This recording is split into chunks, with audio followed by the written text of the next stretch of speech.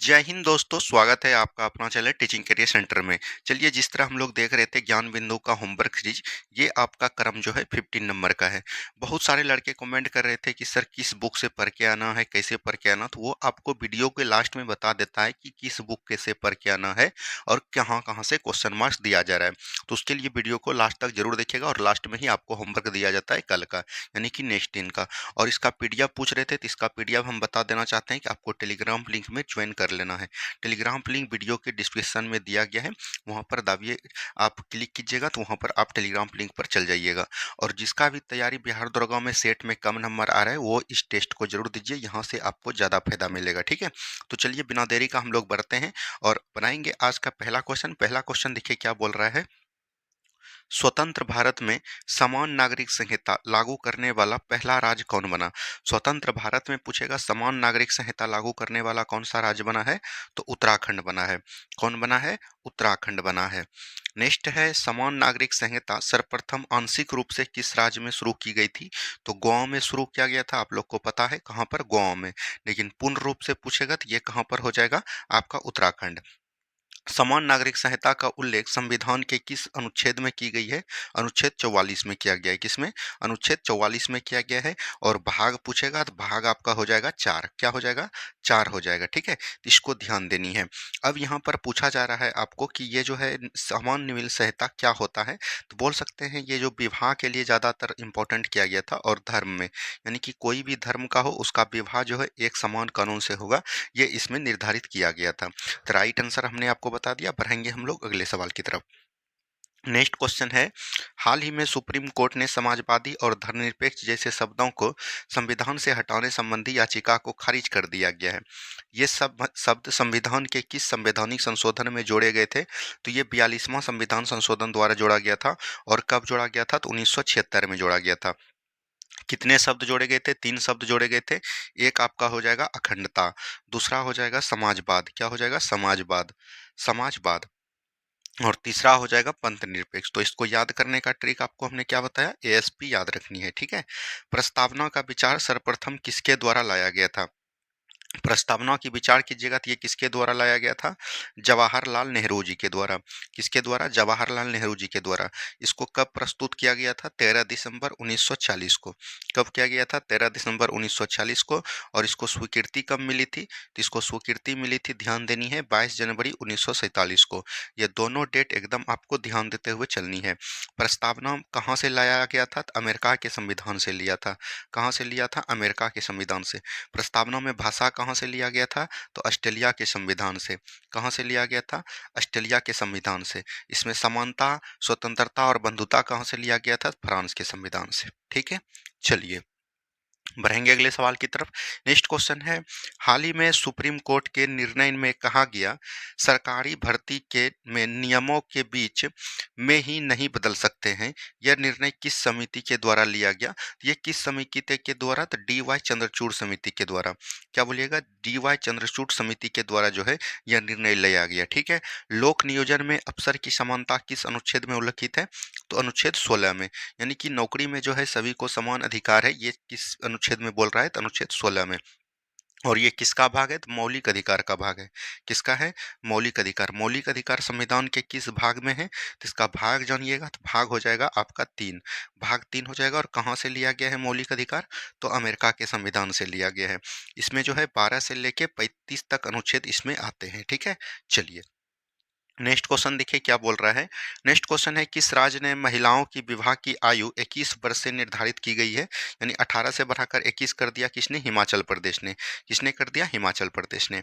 भारत सरकार द्वारा बालक और बालिकाओं के लिए विवाह की उम्र क्रमशः कितने वर्ष निर्धारित किया गया है?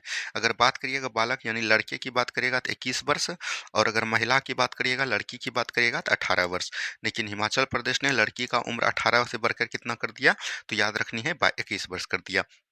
यही पूछा जाएगा कि वोटिंग करने का समय, जो वोटिंग करने का समय कितना एज किया है, तो 18 वर्ष किया है। इसको पहले 21 वर्ष था, इसको 18 वर्ष किया है। और इसको याद रखनी है, 61वां संविधान संशोधन 1989 में किया गया है। ठीक है, चलिए नेक्स्ट क्वेश्चन देखिए क्या बोल रहा है। नेक्स्ट क्वेश्चन यहाँ पर है, किस उच्च न्यायालय ने हाल ही में ये की लिए गए फैसले में कहा कि वकील अब जजों को माय लॉर्ड या योर लॉर्डशिप नहीं कहेंगे। पहले जो बोला जाता था कि माय लॉर्ड, वो अब जो है बंद कर दिया गया है। और ये किसके द्वारा? इलाहाबाद हाईकोर्ट ने। क्या किसने बोला है? इलाहाबाद हाईकोर्ट ने जो है मंजूरी दी है। इलाहाबाद हाईकोर्ट का गठन कब किया गया था? तो 1966 में। कब किया? सॉरी, 1866 में। कब किया गया था? 1866 में।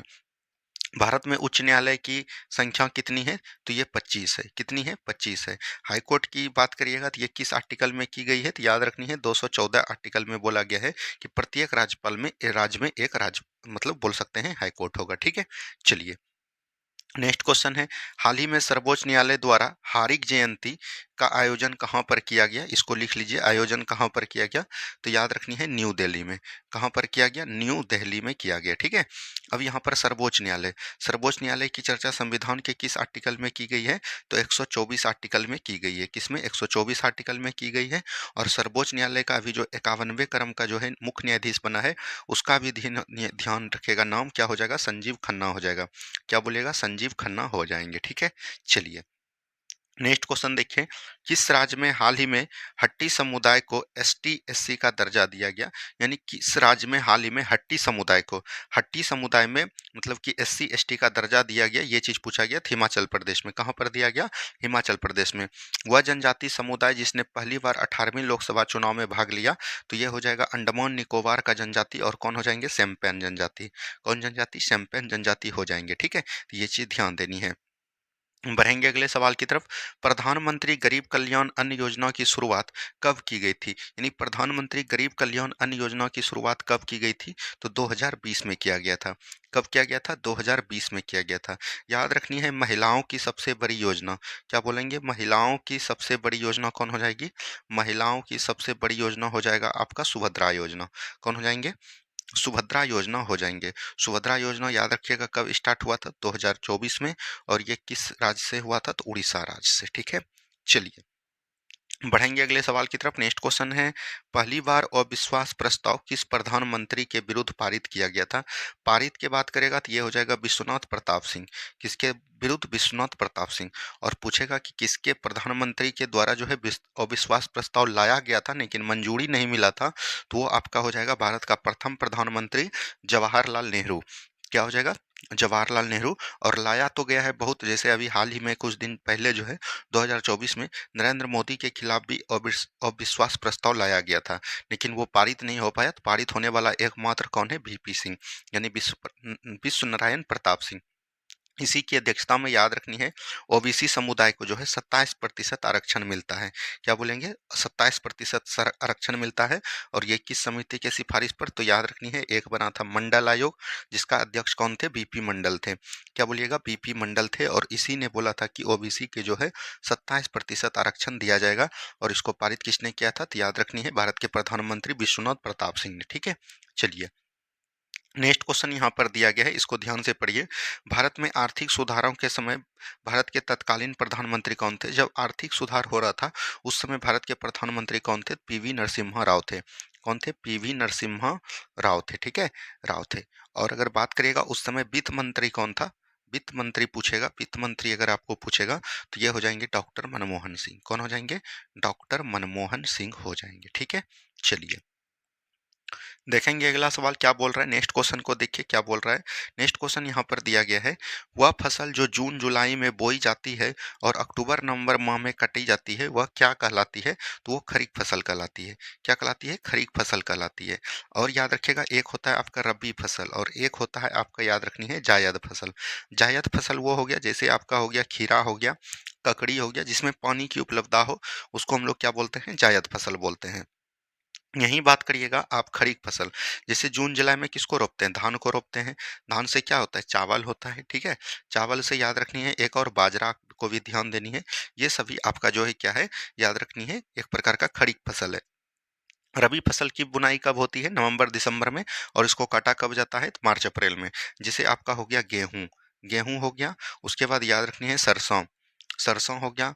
मटर, चना, ये सब जो है क्या होता है? एक प्रकार का आपका रबी फसल है। तो इसको ध्यान देनी है। ठीक है, चलिए नेक्स्ट क्वेश्चन है मटर में मार्स रोग किस तत्व के कमी के कारण होता है? तत्व पूछेगा तो हो जाएगा आपका मैग्नीज। कौन हो जाएगा? मैग्नीज के कारण। तो ये चीज ध्यान देनी है, ठीक है। चलिए आगे की सवाल देखिएगा, हरित क्रांति शब्द का प्रयोग सर्वप्रथम कब और किसके द्वारा किया गया था? शब्द का प्रयोग पूछ रहा है, शब्द का प्रयोग पूछेगा तो ये हो जाएगा विलियम गॉड। कौन हो जाएंगे? विलियम गॉड हो जाएंगे, विलियम गॉड हो जाएंगे, ठीक है। और अगर पूछेगा हरित क्रांति, हरित क्रांति की शुरुआत है जो है याद रखनी है 1966 में भारत में देखने को मिली है। और ये किसके द्वारा हुआ है? तो याद रखनी है एम एस स्वामीनाथन। इसके जनक कौन हो जाएंगे? एम एस स्वामीनाथन हो जाएंगे, ठीक है। और अगर पूछेगा पूरे विश्व में इनका जनक कौन हो जाएगा? तो नॉर्मन बोरलॉग हो जाएंगे। कौन हो जाएंगे? नॉर्मन बोरलॉग, ठीक है। इसको भी याद रखनी है। चलिए बढ़ेंगे हम लोग अगले सवाल की तरफ। उत्तर पूर्वी भारत में स्थानांतरण कृषि को क्या कहा जाता है? देखिए स्थानांतरित कृषि मतलब इसको बोलते हैं उत्तर भारत में हम लोग झूम कृषि। क्या बोलेंगे? झूम कृषि के नाम से जानते हैं। झूम कृषि या स्थानांतरण कृषि करने का मतलब हुआ कि यहाँ पर मान के चलिए कई सारा वन है। क्या है? वन है। और यहाँ के जनजाति जो रहते हैं उत्तर पूर्वी भारत के, ये जो है इसको काट देते हैं, ठीक है। और इसकी जब जला देते हैं, इसका जब जला के काट देते हैं, यहाँ की याद रखनी है इस पर क्या होता है, जब इस पर उर्वरा शक्ति बन जाती है तब यहाँ पर खेती करते हैं। और धीरे-धीरे जब इसकी उर्वरा शक्ति समाप्त हो जाती है, फिर जो है दूसरे वन को काटता है और ये प्रक्रिया जारी रहता है। तो इसको हम लोग क्या बोलते हैं? झूम कृषि के नाम से जानते हैं। और स्थानांतरण कृषि को उत्तर भारत में क्या बोला जाता है? झूम कृषि बोला जाता है उत्तर पूर्वी भारत में, ठीक है। चलिए नेक्स्ट क्वेश्चन है, निम्नलिखित में से कौन सा सही सुमेलित नहीं है? सेरीकल्चर रेशम कीट पालन, पीसी कल्चर जो है अंगूर नहीं, पीसी कल्चर जो है एक प्रकार का हो जाएगा आपका मत्स्य पालन। क्या हो जाएगा? मत्स्य पालन। तो यही आपका गलत है, ये राइट हो जाएगा दो। और अंगूर की खेती पूछेगा तो ये हो जाएगा आपका वीटी कल्चर। कौन हो जाएगा? वीटी कल्चर हो जाएगा। यहाँ से याद रखनी है। आगे की सवाल देखिएगा, प्राकृतिक रबर में उत्पादन में भारत का अग्रणी राज्य कौन हो जाएगा? केरल हो जाएगा। कौन हो जाएगा? केरल हो जाएगा। वहीं अगर विश्व में बात करेगा अग्रणी देश कौन हो जाएगा? तो ये आपका थाईलैंड हो जाएगा। कौन हो जाएगा? थाईलैंड हो जाएगा, ठीक है। याद रखनी है रबर, रबर का दो बहुलक होता है, एक होता है कृत्रिम बहुलक और एक होता है, आपको याद रखनी है बोल सकते हैं कृत्रिम हो गया और एक प्राकृतिक हो गया। क्या हो गया? प्राकृतिक हो गया। कृत्रिम बहुलक में कौन आता है? जैसे आपका नाइलॉन हो गया। कौन आ गया? नाइलॉन आ गया। और प्राकृतिक बहुलक में आपका हो जाएगा आइसोप्रीन। क्या हो जाएगा? आइसोप्रीन हो जाएगा, ठीक है। चलिए नेक्स्ट क्वेश्चन देखिए क्या बोला गया, मिट्टियों का अध्ययन को क्या कहा जाता है? तो मिट्टियों का अध्ययन को हम लोग पेडोलॉजी कहते हैं। क्या कहते हैं? पेडोलॉजी कहते हैं। मिट्टी भारत में कितने प्रकार के हैं? 8 प्रकार के हैं। कितने प्रकार के? 8 प्रकार के। और इसको जारी कौन करता है? इसका मतलब देख रेख कौन करता है? CSIR। और बोलेगा यहीं पर कृषि से संबंधित कौन से संस्था जारी करता है? तो इसको आईकार यानी कि ICAR, ठीक है। चलिए नेक्स्ट क्वेश्चन है, कौन सा तत्व पौधे के हरे रंग के लिए आवश्यक है जो पौधे के वृद्धि और उत्पादन वृद्धि में सहायक होता है? तो ये हो जाएगा आपका मैग्नीशियम। कौन हो जाएगा? मैग्नीशियम हो जाएगा, ठीक है। मैग्नीशियम की बात करेगा तो मैग्नीशियम का परमाणु संख्या 12 होता है और इसका परमाणु द्रव्यमान पूछेगा 24.5 याद रखनी है, ठीक है। चलिए नेक्स्ट क्वेश्चन है, पौधे और वनस्पति के वृद्धि और विकास में सहायक उर्वरक यूरिया में नाइट्रोजन की मात्रा कितनी होती है? देखिए यहाँ पर बात आता है नाइट्रोजन। नाइट्रोजन की बात करिएगा तो ये वायुमंडल में कितना है? तो वायुमंडल में जब भी पूछेगा तो ये हो जाएगा आपका 78%। वहीं ये जो है उर्वरक में कितनी होती है? आपके देखिएगा खाद का बोरा, जो भी किसान से संबंधित होंगे उसके घर में खाद का बोरा होगा, उसमें देखिएगा तो आप लिखा होगा 46%। क्या लिखा रहता है? 46%। तो राइट आंसर क्या हो जाएगा आपका? 46%। बढ़ेंगे अगले सवाल की तरफ। निम्न में से गलत मिलान को छांटिए। भारतीय कृषि अनुसंधान नई दिल्ली बिल्कुल ठीक है। केंद्रीय आलू संधान कटक नहीं, ये हो जाएगा शिमला। क्या हो जाएगा? शिमला हो जाएगा। तो यही आपका गलत है, दो गलत है। भारतीय गन्ना अनुसंधान लखनऊ, तो यहाँ पर गलत मिलान कौन है? ऑप्शन नंबर दो। और कटक पूछ रहा है तो कटक में क्या है? तो याद रखनी है चावल अनुसंधान। क्या हो जाएगा? चावल अनुसंधान केंद्र कहाँ पर है? अनुसंधान केंद्र ये हो जाएगा आपका कटक में। वहीं पूछेगा अंतर्राष्ट्रीय चावल अनुसंधान कहाँ है? तब हो जाएगा आपका फिलीपींस का मनीला। ये दोनों बात को ध्यान देनी है। बढ़ेंगे अगले सवाल की तरफ। नेक्स्ट क्वेश्चन देखिए क्या बोल रहा है। नेक्स्ट क्वेश्चन यहाँ पर दिया गया है, इसको पहले समाप्त करते हैं। नेक्स्ट क्वेश्चन यहाँ पर दिया गया है, बिहार सरकार द्वारा जैविक कॉरिडोर योजना कब और कितने जिलों में शुरू की गई है? मतलब कि बिहार सरकार द्वारा जो जैविक कॉरिडोर योजना है वो कब और कितने जिलों में शुरू की गई है, ये चीज आपसे पूछा जा रहा है। ये कितने जिलों में? 2023 में ये शुरू किया गया है। और बात करिएगा कितने जिलों में? तो 13 जिला में। बिहार के कुल 13 जिला से ये स्टार्ट होना प्रारंभ हो चुकी है, ठीक है। चलिए नेक्स्ट क्वेश्चन, ग्रैमी पुरस्कार का संबंध किस क्षेत्र से है? तो ये संगीत के क्षेत्र से है। किससे हो जाएगा? संगीत के क्षेत्र से हो जाएगा। ठीक है, चलिए नेक्स्ट क्वेश्चन देखिए, प्रायद्वीपीय भारत की कौन सी नदी विंध्यन और सतपुरा की भ्रंश घाटी से होकर बहती है? देखिए ये जो है एक प्रकार का बोल सकते हैं विंध्यन पर्वत श्रेणी है, इसको बोलते हैं विंध्याचल पर्वत श्रेणी। ठीक है, और एक जो है आपका यहाँ से निकलता है, इसको हम लोग बोलते हैं सतपुरा पर्वत श्रेणी। क्या बोलेंगे? सतपुरा पर्वत श्रेणी।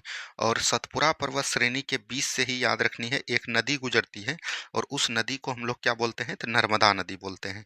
क्या नदी बोलते हैं? नर्मदा। तो राइट आंसर हो जाएगा नर्मदा। अब यहाँ पर से थोड़ा सा बात समझिए, नर्मदा, नर्मदा नदी याद रखनी है मध्य प्रदेश के अमरकंटक की पहाड़ी से निकलती है।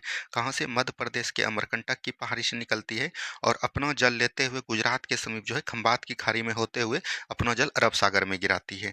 पूछा जाएगा वह कौन सा ऐसा नदी है जो एक्सचुरी का निर्माण करती है, ना कि डेल्टा का? तो वो हो जाएगा आपका नर्मदा नदी। इसकी लंबाई की बात करेगा तो यहाँ से 1312 किलोमीटर है। इसकी कई सारी सहायक नदियां भी है जो कि आपके एग्जाम में पूछा जाता है। तो याद रखनी है ओरसंग। क्या याद रखेंगे? ओरसंग। उसके बाद तवा। क्या हो जाएगा? तवा। उसके बाद बंजर। ठीक है, उसके बाद शेर। ये सभी नर्मदा की सहायक नदियां हैं। बढ़ेंगे अगले सवाल की तरफ। नेक्स्ट क्वेश्चन है, दिया गया है नेक्स्ट क्वेश्चन, भारत सरकार की समस्त कार्यपालक कार्यवाही प्रधानमंत्री द्वारा राष्ट्रपति के नाम पर की जाएगी, इसका उल्लेख संविधान के किस भाग में की गई है? तो भाग हो जाएगा संविधान का 5। क्या हो जाएगा? 5 हो जाएगा। अब देखिए ये किससे रिलेटेड है? संविधान के अनुच्छेद 70 को पढ़िएगा, यहाँ पर से 70 हो जाएगा। ठीक है, 70, इसको काट दीजिए, 70 हो जाएगा। उसके बाद 71, उसके बाद आपके प्रश्न 72, उसके बाद 73, उसके बाद 74, उसके बाद 75। ठीक है, उसके बाद 76, उसके बाद 77, उसके बाद 78, उसके बाद 79। यहाँ तक आप पढ़िए तो यहाँ पर से समझ में आ जाएगा किसमें क्या बोला गया। 70 में क्या बोलता है? याद रखनी है, 70 में बोला गया कि अगर राष्ट्रपति और उपराष्ट्रपति दोनों अपने पद पर नहीं रहेगा तो उसका जो है कार्यवाहक के रूप में कौन स्टार्ट काम करेगा? तो याद रखनी है सुप्रीम कोर्ट के मुख्य न्यायाधीश। 71 में बोला गया अगर राष्ट्रपति और उपराष्ट्रपति के चुनाव में विवाद होगा तो उसका भी निपटारा कौन करेगा? चुनाव में विवाद होगा तो उसका भी निपटारा कौन करेगा? सुप्रीम कोर्ट करेगा। 72 में क्या बोला गया? क्षमादान प्रक्रिया। क्या बोलेंगे? क्षमादान प्रक्रिया। ठीक है, 73 में बोला गया है, याद रखनी है, मतलब कि 73 में बोला गया कि राष्ट्रपति का मतलब कि बोल सकते हैं इनका जो है पदभार के बारे में बताया गया है, यानी कि कार्य के बारे में बताया गया है। ठीक है, 74 में क्या बोला गया है? 74 में बोला गया कि एक जो है मंत्री परिषद होगा। क्या होगा? मंत्री परिषद होगा, और उस मंत्री परिषद का मुखिया प्रधानमंत्री होगा। ये किस आर्टिकल में की गई है? अनुच्छेद 75 में। और प्रधानमंत्री की नियुक्ति कौन करते हैं? तो राष्ट्रपति ही करते हैं। 76 में बोला गया, याद रखनी है, महान्यायवादी। क्या याद रखेंगे? महान्यायवादी याद रखेंगे। और 77 में क्या बोला गया, जो आपका प्रश्न पूछ रहा है कि भारत सरकार की समस्त कार्यपालक कार्यवाही प्रधानमंत्री द्वारा राष्ट्रपति के नाम पर की जाएगी, इसकी चर्चा संविधान के किस आर्टिकल में की गई है? तो याद रखनी है 77 में की गई है। 78 में क्या बोला गया है? याद रखनी है, इसमें जो है प्रधानमंत्री के कर्तव्य के बारे में यानी कि कार्य के बारे में बताया गया है। ठीक है, और 79 में आपको पता है क्या है? संसद है। उसके बाद 80 में हो जाता है लोक राज्यसभा, और 81 में हो जाता है लोकसभा।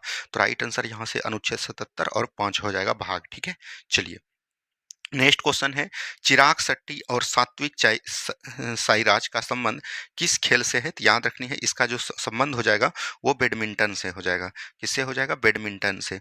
और इसको याद रखनी है 2024 का जो है 2023 का 2024 में मिला मेजर ध्यानचंद्र पुरस्कार भी मिला है। क्या बोलेंगे? मेजर ध्यानचंद्र पुरस्कार भी मिला है। ठीक है, चलिए नेक्स्ट क्वेश्चन है, प्रोजेक्ट टाइगर 1973 में किसके नेतृत्व में शुरू किया गया था? तो इंदिरा गांधी। क्या बोलेंगे? इंदिरा गांधी के द्वारा। ठीक है, और इसको जो सबसे पहले लाया गया था किस टाइगर रिजर्व में? तो याद रखनी है जिम कॉर्बेट। क्या बोलेंगे? जिम कॉर्बेट राष्ट्रीय रिजर्व कॉर्बेट में लाया गया था, और ये कहाँ पर है? उत्तराखंड में। अभी जो है वर्तमान में इसका नाम क्या हो गया है? रामगंगा नेशनल पार्क, या बोल सकते हैं नाम रामगंगा टाइगर रिजर्व। तो राइट आंसर क्या हो जाएगा? इंदिरा गांधी हो जाएगा। भारत में कुल कितने टाइगर रिजर्व हैं? टाइगर रिजर्व की बात करेगा तो 58 टाइगर रिजर्व है, और 58वां टाइगर रिजर्व कौन है? माधव। कौन हो जाएगा? माधव। और ये कहाँ पर है? मध्य प्रदेश में है। कहाँ पर है? मध्य प्रदेश में। वहीं पूछा जाएगा कि सबसे बड़ा टाइगर रिजर्व आपका कौन हो जाएगा? तो नागा अर्जुन। क्या बोलेंगे? नागा अर्जुन टाइगर रिजर्व हो जाएगा। ठीक है, और ये कहाँ पर है? आंध्र प्रदेश में। चलिए बढ़ेंगे अगले सवाल की तरफ। UNFCCC द्वारा क्योटो प्रोटोकॉल को कब स्वीकार किया गया था? इसका संबंध किससे है? तो UNFCCC का जो संबंध बोल सकते हैं ये जलवायु से है। किससे है? जलवायु से है। और इसका इसका बोल सकते हैं कब स्वीकार किया गया था? तो 1997 में। कब किया गया था? 1997 में इसको स्वीकार किया गया था। ठीक है, चलिए भारतीय संविधान में सहकारी समिति का वर्णन किस अनुच्छेद में किया गया है? भारतीय संविधान की किस अनुच्छेद में सहकारी समिति की बात करेगा? तो ये हो जाएगा 43 का ख में किया गया था। किसमें किया गया था? 43 का ख। ये जो है 9 के ख में भी किया गया है। इसमें भाग अगर पूछता आपको, अगर आर्टिकल नहीं भाग पूछता तब हो जाएगा 9 का ख।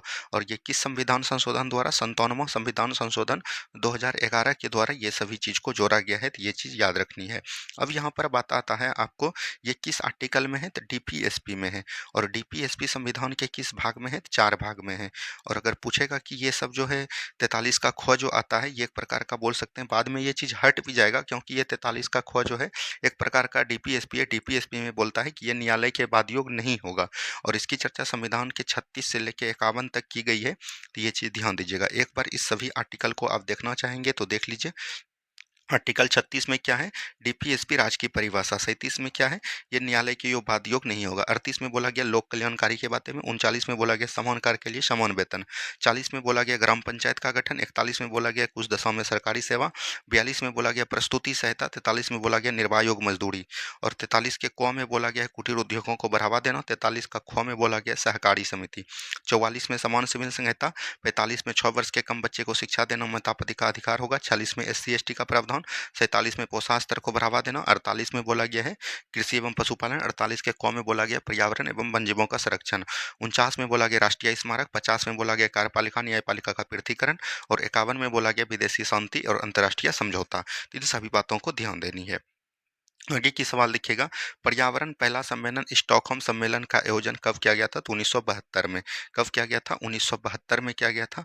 और यहीं से जो है याद रखिएगा, प्रत्येक 5 जून को हम लोग क्या बनाते हैं? विश्व पर्यावरण दिवस मनाते हैं। क्या बनाते हैं? विश्व पर्यावरण दिवस मनाते हैं। और पर्यावरण संरक्षण पूछेगा, पर्यावरण जो हुआ था इसका जो है सम्मेलन कब हुआ था? तो 1986 में हुआ था। कब हुआ था? 1986 में हुआ था। आगे की सवाल देखिएगा, यहाँ से देखिए वही फिर सवाल पूछ रहा है आपको। 43 का क के तहत उद्योग प्रबंधन में मजदूरों की भागीदारी के लिए विधान संबंधी प्रावधान को किस संविधान संशोधन द्वारा जोड़ा गया है? तो ये जो किस संविधान संशोधन द्वारा? तो 42वां संविधान संशोधन द्वारा 1976 में जोड़ा गया था। तो इसको ध्यान देनी है। 42वां संविधान संशोधन अनुच्छेद 76 को हम लोग संविधान का मिनी संविधान भी बोलते हैं। क्या बोलते हैं? मिनी संविधान, क्योंकि इसके द्वारा कई सारे कार्य दिए गए थे। जैसे सबसे पहले जो है याद रखनी है, लोकसभा का जो कार्यकाल 5 वर्षों का था उसको बढ़ाकर क्या कर दिया? 6 वर्ष किया गया। ये चीज़ याद रखनी है इन्हीं के द्वारा, 42वां संविधान संशोधन के द्वारा। उसके बाद याद रखनी है, इसमें जो है प्रस्तावना में 3 शब्द जोड़े गए।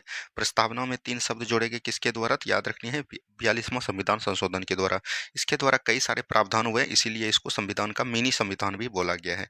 आगे की सवाल देखिएगा, क्षेत्रफल की दृष्टि से भारत का सबसे बड़ा टाइगर रिजर्व कौन है? अभी तुरंत हमने बताया, नागा अर्जुन। क्या बोलेंगे? नागा अर्जुन बोल सकते हैं। नागा अर्जुन श्रीशैलम टाइगर रिजर्व, और ये कहाँ पर है? आंध्र प्रदेश में है। ठीक है, चलिए आगे की सवाल देखिएगा। आगे का सवाल देखिए क्या बोल रहा है। नेक्स्ट क्वेश्चन है, स्वच्छ भारत योजना कब शुरू की गई थी और इसकी शुरुआत कहाँ से की गई थी? यानी स्वच्छ भारत योजना जो है कहाँ से शुरुआत की गई थी? याद रखनी है न्यू दिल्ली से। कहाँ से किया गया था? न्यू दिल्ली से किया गया था। और इसकी शुरुआत की बात करेगा तो 2014 में स्टार्ट हुआ था। कब हुआ था? 2014 में स्टार्ट हुआ था। ठीक है, चलिए बढ़ेंगे हम लोग अगले सवाल की तरफ। नेक्स्ट क्वेश्चन को ध्यान से देखिए क्या बोल रहा है। नेक्स्ट क्वेश्चन यहाँ पर दिया गया है, निम्न में कौन सी नदियां अरब सागर में गिरती है? छांटिए। देखिए अरब सागर में नर्मदा नदी, ताप्ती नदी, साबरमती नदी, माही नदी। यहाँ से हो जाएगा, यहाँ तक जो है ये सभी जो है अरब सागर में गिरती है। कहाँ पर गिरती है? अरब सागर में। यहाँ से देखिए ये दक्षिण भारत है, यहाँ से नर्मदा नदी निकलती है, उसके बाद ताप्ती नदी निकलती है, उसके बाद इस तरह से आइएगा साबरमती, यहाँ से माही नदी निकलती है। ये सब नदी जो है कहाँ गिरती है? आपका अरब सागर में गिरती है। और यहीं से बात करिएगा, यहीं से जैसे यहाँ पर से एक निकलती है गोदावरी नदी, उसके बाद याद रखनी है कृष्णा नदी, उसके बाद कावेरी नदी, उसके बाद बेगई नदी। ये सभी जो है कहाँ पर गिरती है? बे ऑफ बंगाल यानी बंगाल की खाड़ी में गिरती है।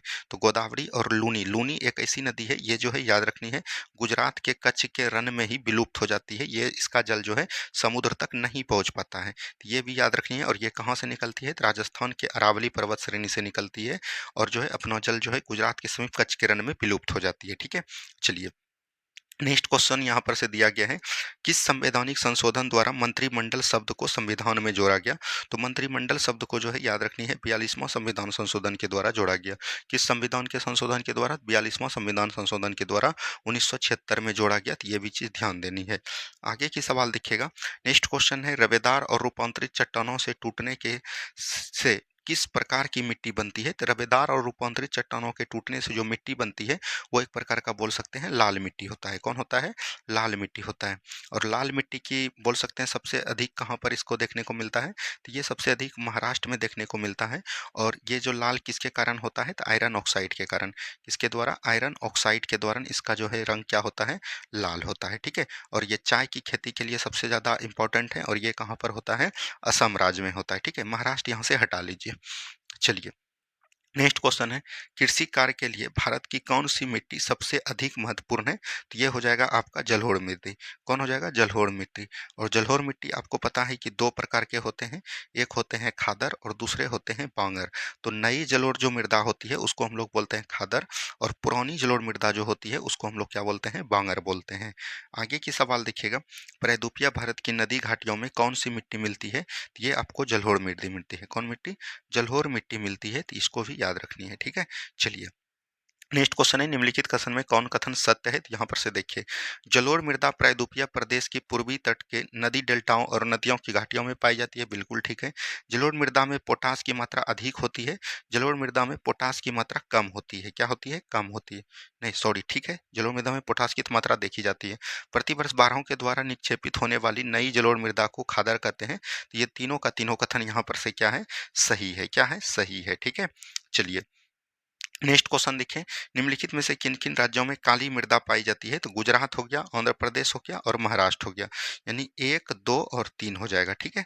चलिए, आगे की सवाल देखिएगा। नेक्स्ट क्वेश्चन है, निम्न में से कौन सी विशेषता काली मृदा से संबंधित है? काली मृदा लंबे समय तक नमी को बनाए रखती है। बिल्कुल ठीक है। काली मृदा में फास्फोरस, नाइट्रोजन और जैव तत्वों की अधिकता। फास्फोरस नहीं पाया जाता है। फास्फोरस नहीं पाया जाता है, तो यहाँ पर से एक ही सही होगा आपका, ठीक है। चलिए, नेक्स्ट क्वेश्चन है, लाल मृदा के संबंध में नीचे दिए गए कथनों पर विचार कीजिए। लाल मृदा का विकास उन क्षेत्रों में हुआ जहां रवेदार आग्नेय चट्टान पाई जाती है। बिल्कुल ठीक है। लाल मृदा जलयोजित होने पर पीली दिखाई देने लगती है। दोनों का दोनों कथन यहाँ पर से क्या है?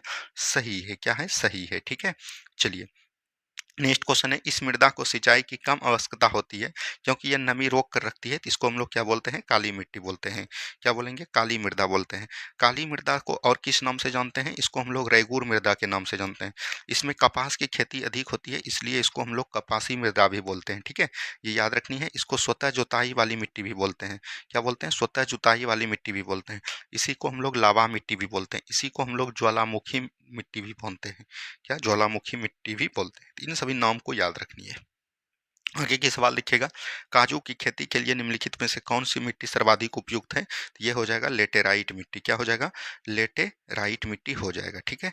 चलिए, नेक्स्ट क्वेश्चन है, उस मृदा का उस इस मृदा को सिंचाई की कम आवश्यकता होती है। ये तो अभी तुरंत हमने बताया। ये हो जाएगा आपका काली मृदा। कौन हो जाएगा? काली मृदा हो जाएगा। आगे देखिए, सूची 1 को सूची 2 से सुमेलित करना है। तो यहाँ पर से देखिए, काली मृदा कहाँ पर पाया जाता है? महाराष्ट्र में। लाल मृदा कहाँ पर पाया जाता है? तो याद रखनी है, ये हो जाएगा आपका बोल सकते हैं आंध्र प्रदेश में। और मरुस्थलीय मृदा की बात करेगा तो ये हो जाएगा आपका कहाँ पर? तो याद रखनी है, ये हो जाएगा राजस्थान में। कहाँ पर हो जाएगा? राजस्थान में। और एक है जलोढ़ मृदा, और जलोढ़ मृदा कहाँ पर हो जाएगा? तो उत्तर प्रदेश में, ठीक है। चलिए, नेक्स्ट क्वेश्चन है, निम्नलिखित में से भारत में कौन सा क्षेत्र मृदा अपरदन इरोजीन में अत्यधिक प्रभावित होता है? मतलब मृदा अपरदन में अत्यधिक कौन होता है? तो याद रखनी है, मालवा का पठार, या तो बोल सकते हैं चंबल की घाटी। चंबल की घाटी भी बोल सकते हैं और या तो मालवा का पठार भी बोल सकते हैं। क्या बोल सकते हैं? मालवा का पठार। दोनों याद रखनी है, ठीक है। चलिए, आगे की सवाल देखिएगा, भारत के संविधान के किस भाग में हमें नागरिकता से संबंधित प्रावधान मिलते हैं? तो भाग 2 को जब पढ़िएगा तो भाग 2 में नागरिकता है। और अनुच्छेद की बात करिएगा, 5 से 11 अनुच्छेद के वर्णन किया गया है। अनुच्छेद 5 में क्या बोला गया है? जब देश बोल सकते हैं स्वतंत्र हुआ, उससे 5 साल पहले आप जो है भारत में जन्म ली हैं, तो आप जो है भारत की नागरिकता मिल जाएगी। 6 में बोला गया, जो पाकिस्तान से भारत आया उसको नागरिकता दिया जाएगा। 7 में बोला कि जो भारत से पहले पाकिस्तान गया, पाकित से पुनः फिर भारत आया, उसको नागरिकता अनुच्छेद 7 के द्वारा। 8 में बोला गया, जिसका माता पिता भारतीय होगा उसको जो है नागरिकता दिया जाएगा। 9 में बोला गया, याद रखिएगा, अगर आप 7 वर्ष से अधिक कहीं भी रह रहे हैं या 7 वर्ष भारत में बिता दिए तो आपको नागरिकता समाप्त की जाएगी, या तो मिल भी सकता है। 10 में बोला गया है, याद रखनी है, अनुच्छेद 10 में बोला गया है कि मतलब कि 5 प्रकार से आप नागरिकता प्राप्त कर सकते हैं और 3 प्रकार से खो सकते हैं। अनुच्छेद 11 में बोला गया है ये सभी कानून जो है कौन पास करेगा? संसद पास करेगा नागरिकता संबंधित, ठीक है? चलिए नेक्स्ट क्वेश्चन देखिए, भारत के संदर्भ में निम्नलिखित कथनों पर विचार कीजिए। भारत में केवल एक ही नागरिक और एक ही अधिविश्वास है, बिल्कुल ठीक है। जो व्यक्ति जन्म से नागरिक हो केवल वही राष्ट्र अध्यक्ष बन सकता है, तो ये गलत हो जाएगा। जब जिस विदेशी को एक बार नागरिकता दी गई, वह किसी भी परिस्थिति में उसे वंचित नहीं किया जा सकता है, तो ये भी सही है। तो 1 और 3 जो है आपका क्या है? 1 और 3 जो है आपका सही है, ठीक है? ये चीज़ ध्यान रखनी है। चलिए, बढ़ेंगे अगले सवाल की तरफ। भारत के संविधान द्वारा किस प्रकार की नागरिकता प्रदान की जाती है? तो भारत के संविधान के द्वारा याद रखनी है एकल नागरिकता प्रदान की जाती है। क्या बोलेंगे? एकल नागरिकता। और एकल नागरिकता संविधान के किस मतलब बोल सकते हैं देश से लिए हैं? ब्रिटेन देश से लिए हैं। कहाँ से लिए हैं? ब्रिटेन से, ठीक है? चलिए आगे की सवाल देखिएगा। संविधान द्वारा प्रदत्त नागरिक के संबंध में संसद ने एक व्यापक नागरिकता संशोधन अधिनियम बनाया था, और वो कब बनाया था? तो 1955 का अधिनियम बना था। कौन सा? नागरिकता संबंधी कानून अधिनियम। आगे की सवाल देखिएगा, भारत संविधान के किस अनुच्छेद के तहत संसद को भविष्य में नागरिक के संबंध में संसद कानून बनाने का अधिकार प्रदान किया है? तो अनुच्छेद 11 में, अभी तुरंत हमने बताया। आगे की सवाल देखिएगा, पाकिस्तान में आकर भारत में नागरिकता प्राप्त करने संबंधी प्रावधान का वर्णन निम्नलिखित में से किस अनुच्छेद में है? पाकिस्तान से आकर भारत में, तो ये अनुच्छेद 6 में वर्णन है। किसमें है? अनुच्छेद 6 में। आगे की सवाल देखिएगा, भारतीय संविधान में नागरिकता से संबंधित भाग किस देश के संविधान से प्रेरणा मिलती है? तो याद रखनी है नागरिकता। क्या बोलेंगे? नागरिकता। ये जो संविधान के किस भाग में है? तो भाग की बात करेगा तो ये भाग हो जाएगा आपका 2। क्या हो जाएगा? भाग आपका 2 हो जाएगा। और ये किस देश से? तो ब्रिटेन के देश से। ये चीज़ याद रखनी है। आगे की सवाल देखनी है। नेक्स्ट क्वेश्चन है, नागरिकता अधिनियम 1955 के तहत भारतीय मूल के व्यक्ति को भारतीय नागरिक बनाने के लिए कितने वर्षों तक भारत में निवास करना आवश्यक है? 7 वर्षों तक। कितना बोले हम अभी? तुरंत 7 वर्षों तक, ठीक है? चलिए, नेक्स्ट क्वेश्चन है, नागरिकता प्राप्त करने व खोने के विषय में विस्तार चर्चा कहाँ पर की गई है? तो ये अनुच्छेद 11 में की गई है। कहाँ पर? अनुच्छेद 11 में।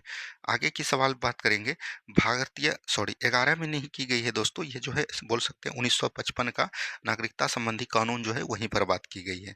नेक्स्ट क्वेश्चन देखिए, भारतीय संविधान के अंतर्गत भारत के नागरिकों को वे कौन से अधिकार प्राप्त हैं जो गैर नागरिक, मतलब कि गैर नागरिक को नहीं है, तो ये मूल अधिकार से संबंधित हो जाएगा। और याद रखनी है 15 अनुच्छेद, 16 अनुच्छेद, 19 अनुच्छेद, 15, 16, 19, 29 और 30, ये ऐसे 5 आर्टिकल हैं जो सिर्फ और सिर्फ भारतीय को ही अधिकार है, ठीक है? चलिए, नेक्स्ट क्वेश्चन है, नागरिकता निम्न में से किन विधियों द्वारा प्राप्त की जा सकती है? तो जन्म के आधार पर, पंजीकरण द्वारा, और यहाँ पर अनुवंश के आधार पर, ये वंश हो जाएगा, ठीक है? तो यहाँ पर से 1, 3 और 2 बोल सकते हैं, ठीक है? ये अनुरोध द्वारा नहीं होगा, याद रखनी है। जन्म के आधार पर, वंश के आधार पर, पंजीकरण के द्वारा, और याद रखनी है एक बोल सकते हैं भूमि विस्तार। क्या बोलेंगे? भूमि विस्तार के द्वारा, ठीक है? भूमि विस्तार के द्वारा। और एक बोल सकते हैं पंजीकरण आपका हो गया, और एक ये बोल सकते हैं, एक और होता है तो उसको एक बार देख लीजिएगा आप लोग। नेक्स्ट क्वेश्चन है, निम्न में से कौन सा कथन औसत है? भारत में नागरिक जन्म से या प्राकृतिक रूप से राष्ट्रपति बनने की योग्यता रखते हैं? बिल्कुल ठीक है। अगर आप नागरिकता प्राप्त की है तब आप राष्ट्रपति नहीं बन सकते हैं। अमेरिका में केवल जन्म से ही नागरिक? बिल्कुल ठीक है। भारत में नागरिकता अधिनियम 1955 लागू है? बिल्कुल ठीक है। भारतीय संविधान के भाग 3 में नागरिकता नहीं, भाग 2 में। तो यही आपका गलत हो जाएगा, तो राइट आंसर डी हो जाएगा, ठीक है? चलिए, नेक्स्ट क्वेश्चन है, राजा राम मोहन राय ने एकस्वरवाद के सिद्धांत को किस धर्म से ग्रहण किया है? इस्लाम धर्म से। किससे क्या है? इस्लाम धर्म से किया है। तो ये चीज याद रखनी है राजा राम मोहन राय से। और कई चीज़ याद रखनी है, जैसे इसने जो है, इसका पत्रिका था मिरातुल अखबार। क्या बोलेंगे? मिरातुल अखबार जो है किसकी पत्रिका है? तो याद रखनी है, ये हो जाएगा राजा राम मोहन राय का। याद रखनी है संवाद कौमुदी। क्या याद रखनी है? संवाद कौमुदी किसकी रचना है? तो याद रखनी है ये भी राजा राम मोहन राय की है। आगे सवाल देखिए, राजा राम मोहन राय ने किस पत्रिका में प्रयोग सती प्रथा का विरोध किया था? तो ये हो जाएगा, याद रखनी है, संवाद कौमुदी में। किसमें? संवाद कौमुदी में, ठीक है? तो इसको याद रखनी है, संवाद कौमुदी। राजा राम मोहन राय ने सती प्रथा का अंत कब किया था? 1829 ईस्वी में। और किसकी सहायता से? विलियम बेंटिक की सहायता से। इन्होंने 1815 ईस्वी में एक समाज का गठन किया जिसको हम लोग बोलते हैं आत्मीय समाज। 1828 ईस्वी में इन्होंने एक समाज का गठन किया जिसको हम लोग किस नाम से जानते हैं? ब्रह्म समाज। तो ये सभी बात को याद रखनी है।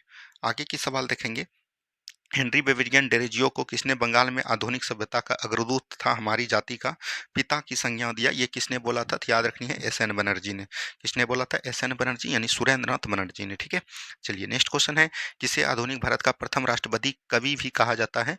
ये हो जाएगा, याद रखनी है, हेनरी बेविलियन डेरोजियो ही हो जाएगा। क्या हो जाएगा? हेनरी बेविजियन बेविजियन डेरोजियो को बोला गया था, ठीक है? चलिए, नेक्स्ट क्वेश्चन है, नरेंद्र दत्त का नाम बदलकर स्वामी विवेकानंद किसके सुझाव पर रखा गया था?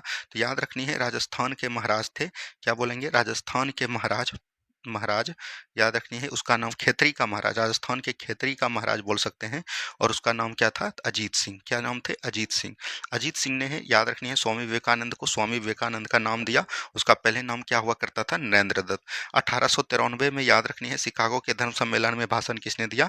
तो स्वामी विवेकानंद ने। 1897 में रामकृष्ण परमहंस की मिशन की स्थापना किसने किया? तो ये भी राजा स्वामी विवेकानंद ने। निम्न कथनों पर विचार करें, सत्य कथन की पहचान करें। एनी बेसेंट 1893 में इंग्लैंड के थियोसॉफिकल सोसाइटी की सदस्यता बनी। 1893 में ही, ये गलत हो जाएगा, ये हो जाएगा 1889। ये आपका गलत हो गया। नेक्स्ट को देखिए, थियोसॉफिकल का शाब्दिक अर्थ ब्रह्म विद्या होता है, बिल्कुल ठीक है।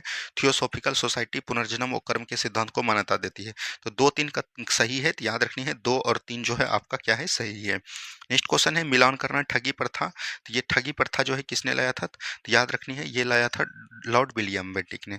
शिशुबद्ध जो है जॉन शोर हो जाएगा। नरबली प्रथा लॉर्ड हार्डिंग हो जाएगा। और दास प्रथा एलन बरो हो जाएगा। तो यहाँ से आपको मिला लेनी है। आगे की सवाल देखिएगा, सत्य शोधक समाज के संस्थापक कौन थे जिनका प्राथमिक जोर सत्य की खोज पर था? ये हो जाएगा महात्मा ज्योतिबा फुले। कौन हो जाएंगे? महात्मा ज्योतिबा फुले, ठीक है। तो याद रखनी है। और इसकी एक रचना भी है, पुस्तक भी है, याद रखनी है, गुलामगिरी। क्या हो जाएगा? गुलामगिरी। कई बार एग्जाम में पूछे गए हैं। आगे की सवाल देखिएगा, Asia Asiatic Society of Bengal के संस्थापक कौन थे? तो याद रखनी है, विलियम जोन्स। कौन हो जाएंगे? विलियम जोन्स हो जाएंगे, ठीक है। चलिए, नेक्स्ट क्वेश्चन देखिए क्या बोला गया। यहाँ पर मिलान करना है, कौन सुमेलित नहीं है? राजा राम मोहन राय ब्रह्म समाज, Swami Dayanand Saraswati Arya Samaj, Swami Vivekanand Ramakrishna mission, Mahadev Govind Ranade theosophical society. नहीं, ये तो हो जाएगा एनी बेसेंट। कौन हो जाएंगे? एनी बेसेंट भारत में पूछेगा, ठीक है। और महादेव गोविंद रानडे याद रखिएगा, ये शिक्षा से संबंधित थे। और बोल सकते हैं ये शिक्षा के साथ साथ ये जो है याद रखनी है, जैसे आपका हो गया विधवा पुनर्विवाह, उससे भी संबंधित थे ये, ठीक है। चलिए, नेक्स्ट क्वेश्चन है, रामकृष्ण मिशन की स्थापना 1857 में किसके द्वारा की गई? तभी तुरंत हमने बताया, स्वामी विवेकानंद। कौन हो जाएगा? स्वामी विवेकानंद हो जाएंगे, ठीक है। चलिए, आगे की सवाल देखिएगा क्या हो जाएगा। नेक्स्ट क्वेश्चन है, पेरिस ओलंपिक 2024 का आयोजन कब और कब तक हुआ था? पेरिस ओलंपिक की बात करेगा तो ये कब से कब तक हुआ था, ये चीज पूछा गया। तो जुलाई यानी 26 जुलाई बोल सकते हैं। 26 जुलाई से ये 11 अगस्त तक चला था। किस तक? 11 अगस्त तक। आगे की सवाल देखिएगा, पेरिस ओलंपिक 2024 में भारत के किस खिलाड़ी ने पहला पदक जीता? मनु भाकर ने। किसने जीता? मनु भाकर ने। और इसका खेल किससे संबंधित है? शूटिंग से हो जाएगा। किससे हो जाएगा? शूटिंग से हो जाएगा, ठीक है। चलिए, आगे की सवाल देखिएगा, पेरिस ओलंपिक 2024 में किस भारतीय खिलाड़ी ने पहला पदक जीता? अभी तुरंत हमने बता ही दिया आपको। नेक्स्ट क्वेश्चन है, पेरिस ओलंपिक 2024 खेलों में भारत का ध्वजवाहक कौन था? देखिए, अगर एक होता है बोल सकते हैं उद्घाटनकर्ता में, उद्घाटन में पूछा जाएगा तो आपको याद रखनी है, एक हो जाएगा पीवी सिंधु। कौन हो जाएगा? पीवी सिंधु हो जाएगा। और एक हो जाएगा आपका शरद कमल।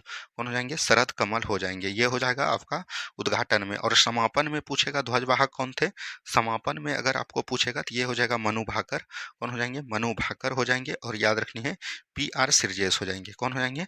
पी आर सिरजेस हो जाएंगे, ठीक है। चलिए, नेक्स्ट क्वेश्चन है, पेरिस ओलंपिक 2024 में भारत ने कुल कितने पदक जीते? 6 पदक जीते।